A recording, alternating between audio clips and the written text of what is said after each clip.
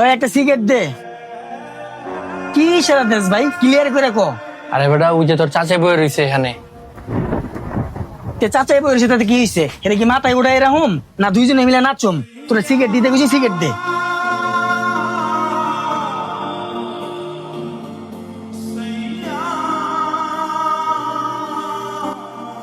আর শোন, আমার বাবা যখন মারা গেছে আমগুলো লোকে চিটারি বাটপারি কুইরা আমগো যত জায়গা সম্পদ ছিল সব হে এর নিজের নামে লিখে নিছে। হে আমার চাচা না, আর হেরে আমি চিনিও না। হের সাথে আমার কোনো রক্তের সম্পর্ক নাই। সব ভুলে গেছি গা যেদিন হে আমগুলোকে বেমেনি করছে।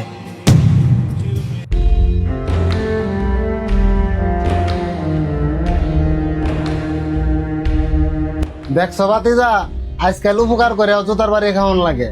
আর হ্যার বাপে যখন অসুস্থ আছিল তখন কিন্তু জায়গা সম্পত্তি ভাগাভাগি হয় নাই। আর তখন 3টা গাছ বেচা ওর বাপের চিকিৎসা করাইছে। আর দেখছো আজকে হ্যাঁ আমার লাগে কি ব্যবহারটা করছে। শোনেন কাকা, আপনার ঘরে কিন্তু আমি ছোটবেলা থেকেই চিনি। আপনি যেই গাছ বেচা ওর বাপের চিকিৎসা করাইছেন, ওই গাছ কিন্তু ওর বাপেই লাগাইছিল। অন্যের মাথায় কাঁঠাল ভেঙে খাইবেন, আবার সম্মানও চাইবেন।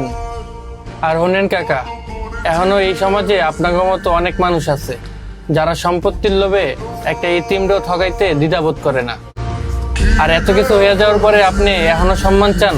আপন মানুষ যখন আঘাত করে তখন চিৎকার করে ঝগড়া করার চাইতে নীরব হয়ে যাওয়া অনেক ভালো। কারণ যে মানুষগুলো তোমার ভালোবাসা বুঝে না তারা কখনো তোমার চোখের জল কিংবা তোমার অভিমানও বুঝবে না।